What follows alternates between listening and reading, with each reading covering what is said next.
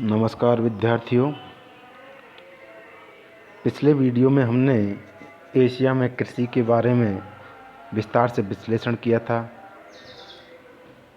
जिसमें हमने एशिया के अंतर्गत जो कृषि पद्धतियाँ हैं उनमें से 4 कृषि पद्धतियों का एक एक करके मानचित्र के माध्यम से और सामान्य तरीक़ा से विस्तार पूर्वक आप सभी को विश्लेषित करके अध्ययन कराया है। जिनमें पहला है चलवासी पशुचारण, दूसरा है स्थानांतरित कृषि और तीसरा था प्रारंभिक स्थायी कृषि, चौथा था गहन निर्वहन कृषि।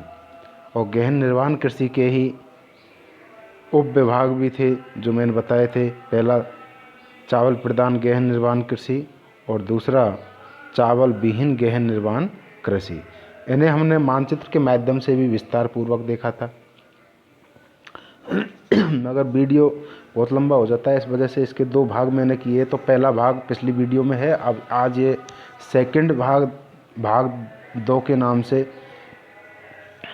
रिकॉर्ड किया जा रहा है, जिसमें आपको एशिया में जो कृषि है उसी के बाकी जो प्रकार हैं जो पिछली वीडियो में हम आपको अध्ययन नहीं करा सके, उनका विश्लेषण इसमें किया जाएगा। तो चलो आओ हम देखते हैं कि शेष रही कृषि के प्रकार वो कौन से हैं और उनका हम विश्लेषण भी करते हैं। तो सबसे पहले 5वें नंबर की जो कृषि है वह है श्रम प्रधान निर्वाह कृषि। श्रम प्रधान निर्वाह कृषि। 6वीं है बागाती कृषि। 7वीं है व्यापारिक कृषि और अंतिम है भूमध्य सागरीय कृषि। तो इनमें से हम एक एक को लेकर के विस्तार पूर्वक विश्लेषित करेंगे और मानचित्र के माध्यम से भी इनका क्षेत्रीय वितरण आपको अंकित कराने का प्रयास करूंगा। तो सबसे पहले हम श्रम प्रधान कृषि के बारे में विस्तार पूर्वक विश्लेषण कर लेते हैं।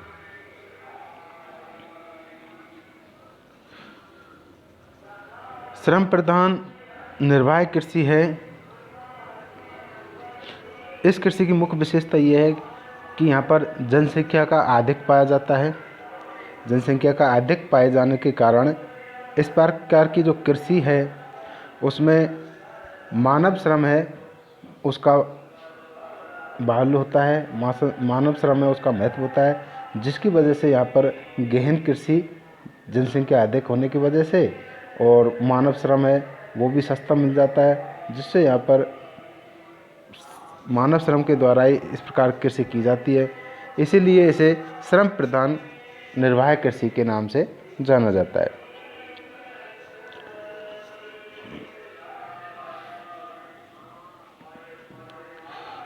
इस प्रकार की जो खेती है उसमें मानव श्रम के रूप में खेत की जुताई, फसलों की बुवाई, निराई, गुड़ाई, कटाई आदि कार्य मानव के द्वारा ही किया जाता है। या तो स्वयं खेत वाला करता है या फिर जो खेत का मालिक है वो मजदूरी पर अन्य श्रमिक लोग हैं उनको बुलाता है और अपनी फसल की निराई, गुड़ाई, कटाई ये सारे कार्य करवाता है। जिससे क्या है कि ये जो कृषि करने वाला है उसको तो उत्पादन होता ही है, लाभ होता ही है, साथ साथ में जो श्रमिक लोग हैं उनका भी जीवन निर्वाह हो जाता है। और इसीलिए इस प्रकार की कृषि को हम श्रम प्रधान गहन निर्वहन कृषि के नाम से जानते हैं।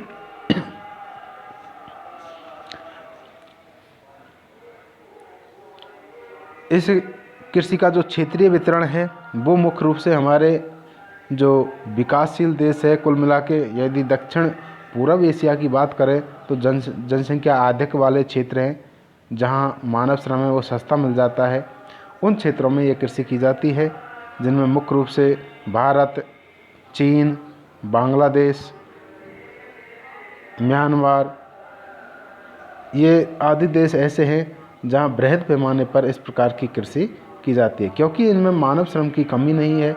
एक बार हम मानचित्र के माध्यम से देख लेते हैं कि श्रम प्रधान गहन निर्वाह कृषि कहाँ है। तो सबसे पहले हमारे भारत में श्रम प्रधान गहन निर्वाह कृषि है। उसके बाद में चीन के अंतर्गत भी गहन निर्वाह कृषि है। इसके बाद में बांग्लादेश के अंतर्गत भी, जो हमारे भारत के छोटे से हिस्से के पास है पूरब में। इसके बाद में म्यांमार, ये भी हमारी सीमा से लगा हुआ है। इनके अलावा ये दक्षिण पूर्व एशिया के और जो देश है जैसे इंडोनेशिया, मलेशिया, थाईलैंड, इनमें भी श्रम प्रधान गहन कृषि की जाती है, क्योंकि इंडोनेशिया में भी जनसंख्या अधिक है, क्षेत्रफल कम है और जीवन निर्वाह के लिए गहन कृषि की जाती है, जो मानव श्रम प्रधान ही है।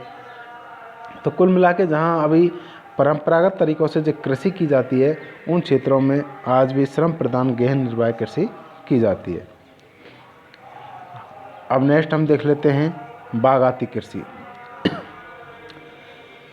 बागाती कृषि जैसे नाम से ही संबोधित है कि जब हम ऐसी कृषि करते हैं जो बिल्कुल बड़े बड़े, एक तरीक़ा से हमारे ग्रामीण क्षेत्र के आधार से देखें तो बड़े बड़े बागान जिसके हमें दिखाई दे जाएं, बड़े बड़े बागानों के रूप में हम विस्तृत पैमाने पर कृषि करते हैं, तो ऐसी खेती है वो बागाती कृषि के नाम से जानी जाती है।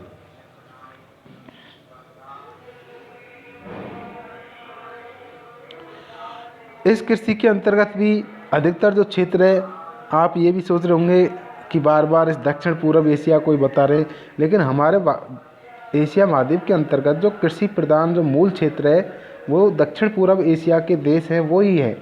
बाकी जो क्षेत्र है उसमें इतना कृषि का उत्पादन है, पैदावार है वो नहीं है।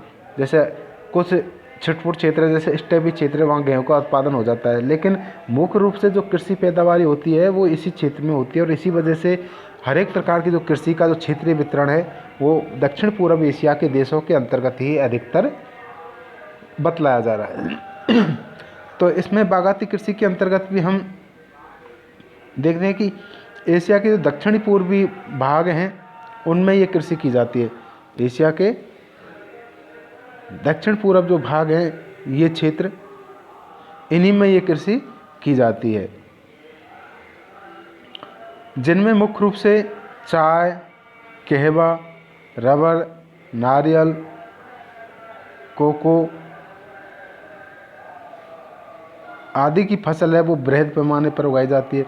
और ये फसलें हैं या तो समुद्री तटीय क्षेत्र हैं उनमें है, जैसे नारियल है, रबड़ है, या फिर पहाड़ी जो क्षेत्र हैं उनके ढाल हैं उन पर जैसे चाय, कहवा। और विस्तृत क्षेत्रों में, समतल मैदानी क्षेत्रों में केला। कुल मिला के जो बागाती कृषि है वो उष्णकटिबंधीय जो कृषि है इसके रूप में भी हम देख सकते हैं, या उष्णकटिबंधीय क्षेत्र हैं उनमें ये कृषि की जाती है।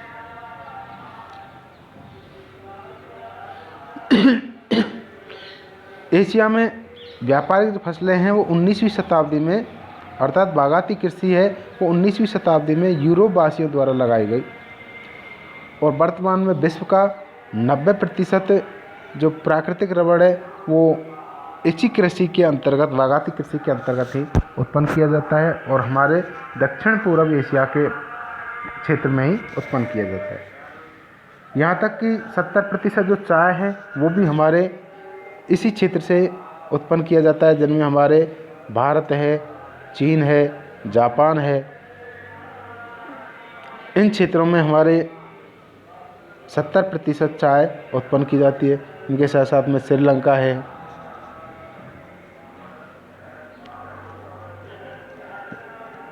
कहवा के लिए भी इंडोनेशिया, दक्षिणी भारत, श्रीलंका आदि क्षेत्र हैं। और इनके अलावा जो नारियल है उनके लिए मैं आपको पहले ही बता चुका हूँ कि हमारे जितने भी जो तटीय क्षेत्र हैं हमारे भारत का, ये केरल, कर्नाटक, तमिलनाडु का जो तटीय क्षेत्र है, इधर मलेशिया, थाईलैंड, इंडोनेशिया, इनके जो तटीय क्षेत्र हैं इनमें नारियल का जो ताड़ है, नारियल है, उनका उत्पादन बृहद पैमाने पर किया जाता है।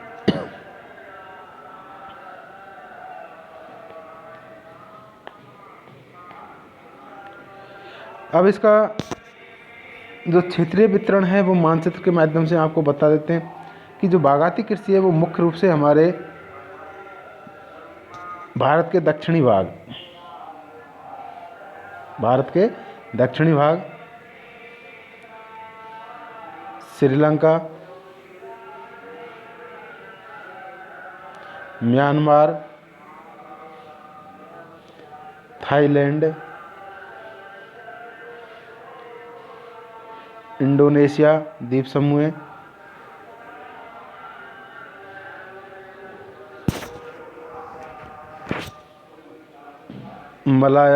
मलेशिया जो क्षेत्र है वो, और कुल मिला के जो हिंद चीन प्रायद्वीप है, इधर जो ये क्षेत्र है उसमें इस प्रकार की कृषि की जाती है। अब हम नेक्स्ट देखते हैं व्यापारिक कृषि।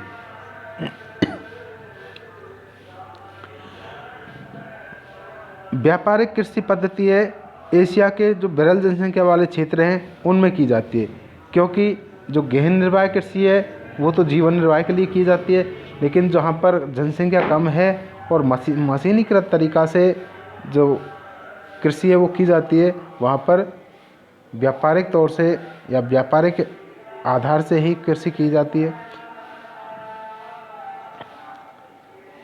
जिसकी वजह से यहाँ पर मानव श्रम के बजाय मशीनों का उपयोग अधिक होता है और उत्पादन है वो भी बृहद पैमाने पर होता है।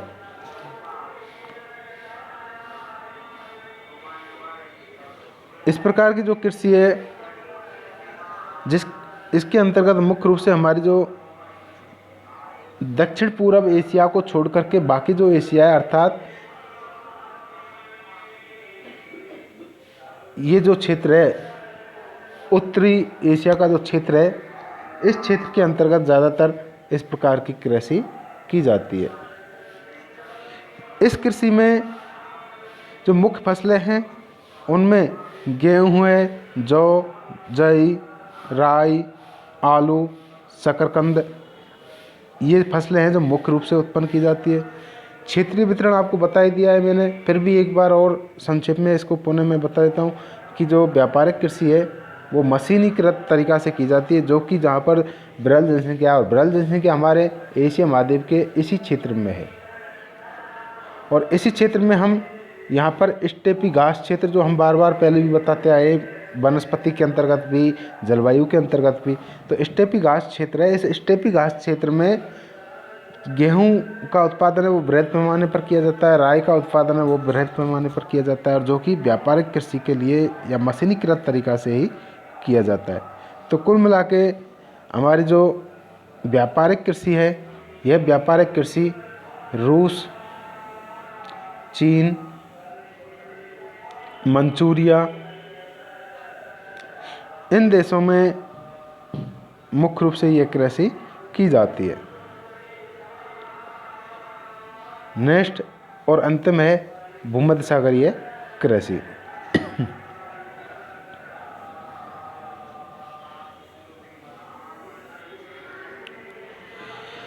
भूमध्य सागरीय कृषि हमारे एशिया महाद्वीप के अंतर्गत जो भूमध्य सागर से लगते हुए जो देश हैं उन देशों में यह कृषि की जाती है। यहाँ की जो भौगोलिक परिस्थितियाँ हैं वो भूमध्य सागरीय जलवायु की हैं, और जिसके कारण इस क्षेत्र में विशिष्ट प्रकार की यहाँ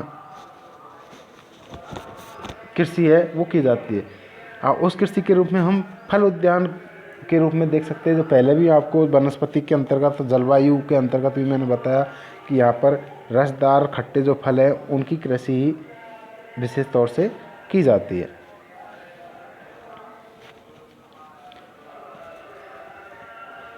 इस कृषि में जीवन निर्वाह और व्यापारिक दोनों तरीके की जाती है।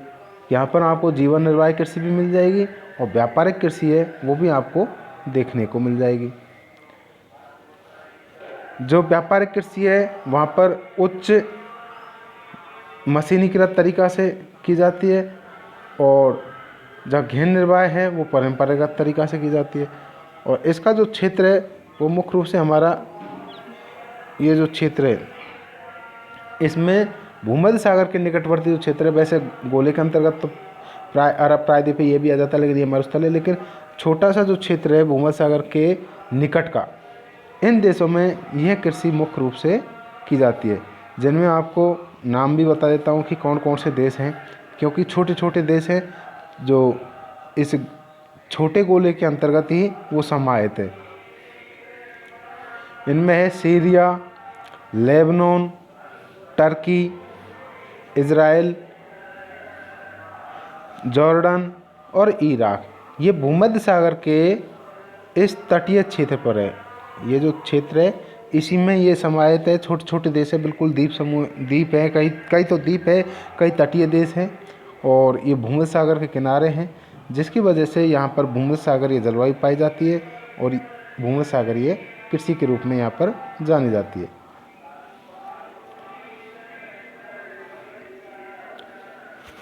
इनमें मुख्य रूप से अंगूर, जैतून, नींबू, नारंगी ऐसे रसदार फल हैं, उनका ही ज़्यादा बृहद पैमाने पर उत्पादन होता है, जिसे हम फल उद्यान के रूप में भी देख सकते हैं। तो ये हमारे एशिया की जो कृषि है उसकी पद्धतियाँ, कृषि के प्रकार है, उनका हम विस्तार से विश्लेषण आपके सामने प्रस्तुत कर चुके हैं, और मैं आशा रखता हूँ कि आप सभी इसे मानचित्र के माध्यम से बृहद स्तर से समझ सकेंगे। और मेरा अनुरोध है कि जैसे आप वीडियो को देखते हैं उसको एक बार, दो बार, तीन बार देखें, साथ साथ में उसको लिखते भी जाएं, जिससे क्या है कि लिखने से भी आपको अच्छे से समझ में आएगा और गहनता से अध्ययन कर सकेंगे। कहीं कोई समस्या है तो वो आप बेझिझक व्हाट्सएप ग्रुप के माध्यम से जैसे भी है आप पूछ सकते हैं। धन्यवाद।